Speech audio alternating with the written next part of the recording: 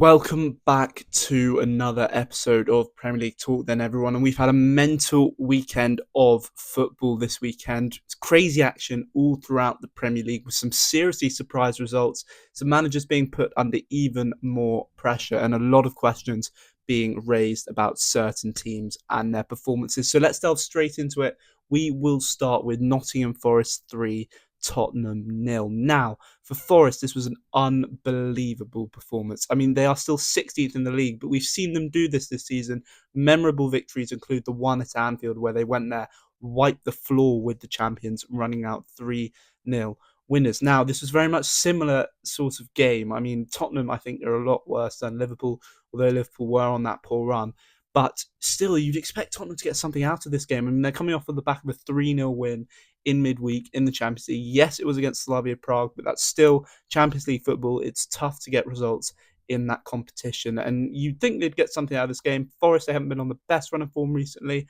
Sean Dyche has got some results, such as the one at Anfield, but I think they've been pegged back a bit recently. But I just did not see this coming. Callum Hudson-Odoi with 2, Sangare with 1. And to be honest, Forest were completely the better team. They absolutely bossed them. Vicario, again, don't know how much longer Tottenham give him, to be honest. I would be very surprised if they weren't in the market in January looking for a new goalkeeper, because I just think this situation can't continue. And their backup, Kinski, is no better in my opinion. I mean, we all remember his howler against Arsenal last season in the league. But it's just questions have to be asked of this Tottenham side, because I do think they have so much more quality than they're showing. The likes of Kudus, Javi Simmons, Richarlison, I think are quality players. Colin Moani, I don't know if he's injured at the moment, but I think he's a quality player. Romero, Van der Ven. I mean, they've got some quality footballers, and obviously they are. I feel like we're resting too much on this excuse that Maddison's out injured, Kulusevski is out injured as well. That shouldn't matter when you've got the likes of Xavi Simmons and Kudus, but Kudus, he started well, has dropped off massively since the start of the season. And Xavi Simmons just basically hasn't turned up. I don't know what's going on there. But still, it feels to me like Frank, who I think is a brilliant manager, by the way, but is setting them up to play like the position that Forest are in.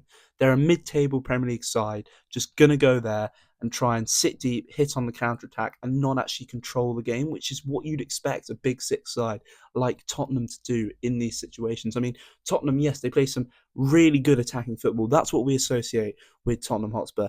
A brilliant attacking outfit that scores goals for fun and is a very entertaining side to watch. But you're just not seeing that this season whatsoever.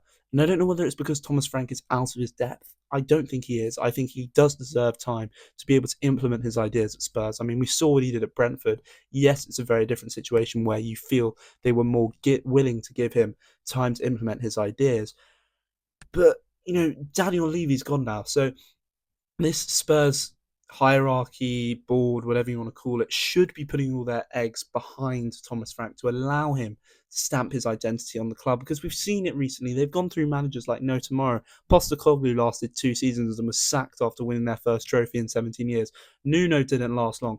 Conte really didn't last. Conte lasted, what, a year and a half? Mourinho was there for a year. They get rid of managers willy-nilly. And I feel like this is time for them to back the manager, give him time. I mean, look, we've got to remember, this is a side that, yes, they won the Europa League. I don't care about that, because that is a competition that Manchester United or Tottenham should have won last season without a shadow of a doubt. And I feel like the quality of the Europa League and the Conference League, we all know about the Conference League, the Europa League in particular has dropped off significantly now that we do not have Champions League teams dropping down into the competition. That's not against any of the teams in there, but I just feel that's the case. This is a game, they did finish 17th last season. This is a side that finished one place above the relegation zone. We have to remember that. So, yes, you can talk about, they've got the quality footballers, which I acknowledge fully, and I think they do have quality footballers who should be doing a lot better than they currently are. This is still a 17th place side who need improvement. And, they're in 11th at the moment, I'm pretty sure. Give him time. Give him time, it will work. But as for Forest, mental performance, brilliant result. Will they stay up? Yes, I think they will. I think Sean Dyche is, whatever we say, he's a quality manager. He knows how to get it done. Yes, at Everton, it ended sourly because the results weren't getting there, but I don't think they were ever in threat of going down. My point is that just Forest will be fine. Absolutely fine. And with results like that, of course they will. I mean, the City Ground is an incredibly tough place to go, even when they've been on this poor run of form. So kudos to them, and what a result. Moving on, then, we have the Tyne Weir derby that was won thanks to an own goal by Nick Voltemade, giving Sunderland a 1-0 win and all 3 points, including the bragging rights in the North East. Now, the first half of this game, I thought, was how you'd expect a proper derby to be, the proper derby that you haven't seen in the Premier League since 2017. It was high intensity, high paced, crunching tackles going in, but nothing really seems to be going on. I think they were still trying to figure each other out, see where they could get at each other. But in the second half, I think the goal changed the game.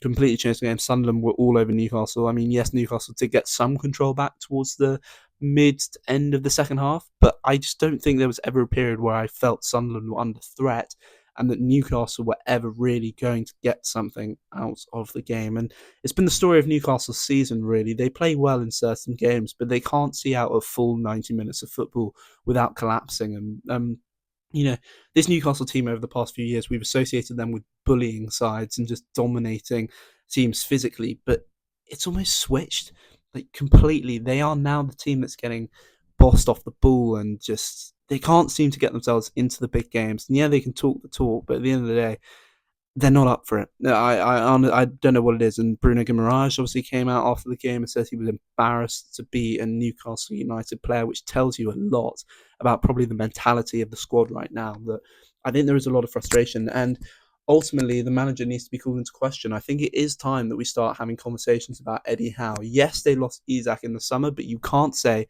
um, that that's not a bad deal for them. I mean, he hasn't hit the ground running at Liverpool whatsoever. Yes, they're missing the goals, I suppose, but Voltemade has come up with goals when they needed them. Gordon stepped up. Harvey Barnes, in particular, has stepped up. I think they've got the players to do much better than they're currently doing. I still think their midfield needs strengthening. I would be looking for someone to improve the position that Joe Linton would usually play in. I think Tonali and Guimaraes are up there with the best midfielders in the league. Their defence, again, shaky. We know that. Ramsdale, to be honest, I don't think could have done anything from that goal. I mean, it was a goal that Voltemade would have been proud of if he put it in the net at the other end. Um, Sunderland, though, brilliant result. And again, it keeps them in contention for European football. I think they're going to struggle over the next month because I think they're losing the most players out of anyone's AFCON. I think they've got 6 going.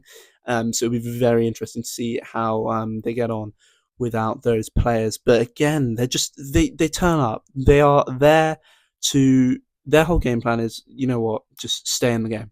Stay in the game. See what you can get. And, it's a habit of theirs that's worked out well. And again, Sunderland, to be fair, I don't think they really. I sat there in the second half, thought that they were a threat to Newcastle. I mean, obviously it was a own goal that gave them 3 points, but it was just a cagey derby match. And ultimately, I think the main question that comes out of this is that is it time for Eddie Howe to start to be questioned? And I think the time has come, because for a squad this good for Newcastle, for the amount it costs, for the time they've been together, I think, they're a Champions League side as well. Let's not forget that. I think it's time that they need to start pulling their socks up a bit. And Eddie Howe, mentality-wise, I don't know. I think he's a quality manager, but questions have to be asked. So bragging rights for Sunderland, but questions being asked at St James's. And finally, Manchester United drew 4-4 with Bournemouth in Monday Night Football. And I know I said a few weeks ago that Fulham versus Manchester City might be the game of the season, but this one might just have eclipsed it.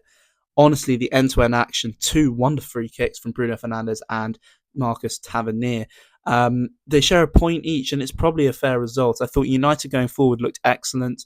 Same story at the back. They just can't defend, and it's the same for Bournemouth. I mean, they've conceded the joint most amount of goals in the league now with Burnley, and they still haven't won a game since October. But to go to Old Trafford and score 4, you definitely deserve to get something out of it. But United, again, there's just no control in these games whatsoever. It's chaotic. It's absolutely chaotic. They look so potent going forward.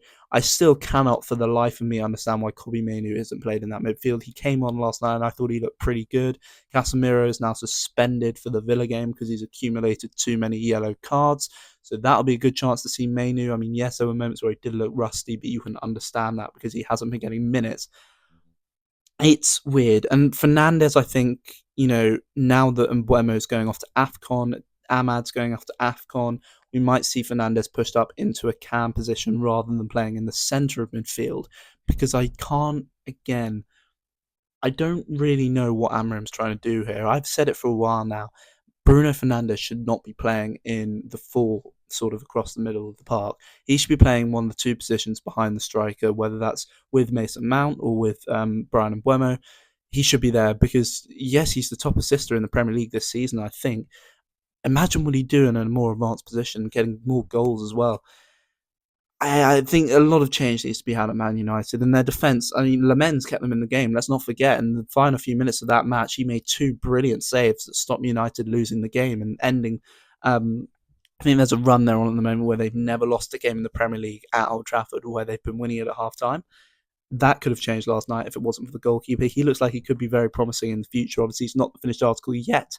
He's very young and he will grow and develop, but he looks very promising. They're just defence in the midfield is so shaky and it's very unbalanced. We're playing a left back at centre back, Luke Shaw.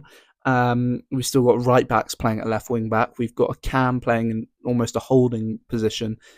It's very strange, and I feel like a lot needs to change. But for Bournemouth, again, it's not a victory, but it's a well taken point. To go away to a club like this, to a stadium like that, Old Trafford, and take a point. You've got to clap them. You've got to applaud them for it. I think at the end of the day, Iraola will get a top job at some point. They lost a lot of quality in the summer. If you think of Zabani, you think of Huijsen. Yes, they've still got quality like Kluivert and Evan Nielsen, who also scored a brilliant goal last night. And of course, we can't forget Antoine Semenyo, who a lot of people think he should have been sent off last night. I'm not too sure, but he did come up with a goal, which was brilliant.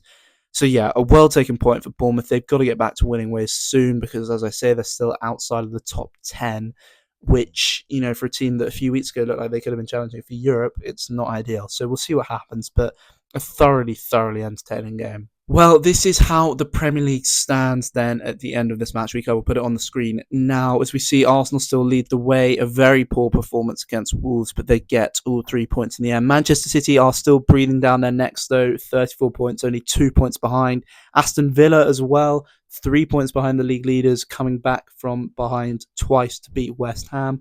Chelsea got back to winning ways against Everton. Palace were battered by City at Selhurst Park in a game where they could have played a lot better, could have taken some chances. Jeremy Pino missed an absolute sitter, but it's unfortunate for them. Still in fifth place, though, they're still in a decent position. United and Liverpool level on points, which is very interesting considering that United have had a very decent upturn in form recently, and Liverpool have been on a poor run. Sunderland are in 8th, Everton in 9th. They play Arsenal at the weekend, and if Arsenal play anything like they did against Wolves, they should pick up 3 points there because we were appalling. Brighton in 10th, Spurs in 11th, followed by Newcastle, obviously after their loss in the derby. Bournemouth in 13th, still 3 points off the top 10.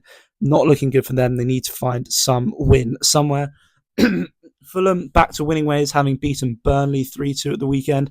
Brentford down in 15th, having drawn with Leeds. Forest in 16th, Leeds in 17th, and then West Ham, Burnley and Wolves, of course, make up the bottom 3. But that is it for another week of Premier League football. Thank you very much for watching this episode. We come back next week with some absolute crackers. Newcastle playing host to Chelsea. I think they're playing at St James's Park. Spurs are definitely hosting Liverpool, which will be an interesting game. And then obviously Arsenal go away to Everton looking to keep their lead at the top of the table, because for the first time before Arsenal play, they could be displaced off the top of the table if Manchester City beat West Ham in the 3 p.m. kickoff, which we will expect them to do, I assume. So Arsenal got a big game coming up this weekend. But thank you very much for watching. I will see you in the next one.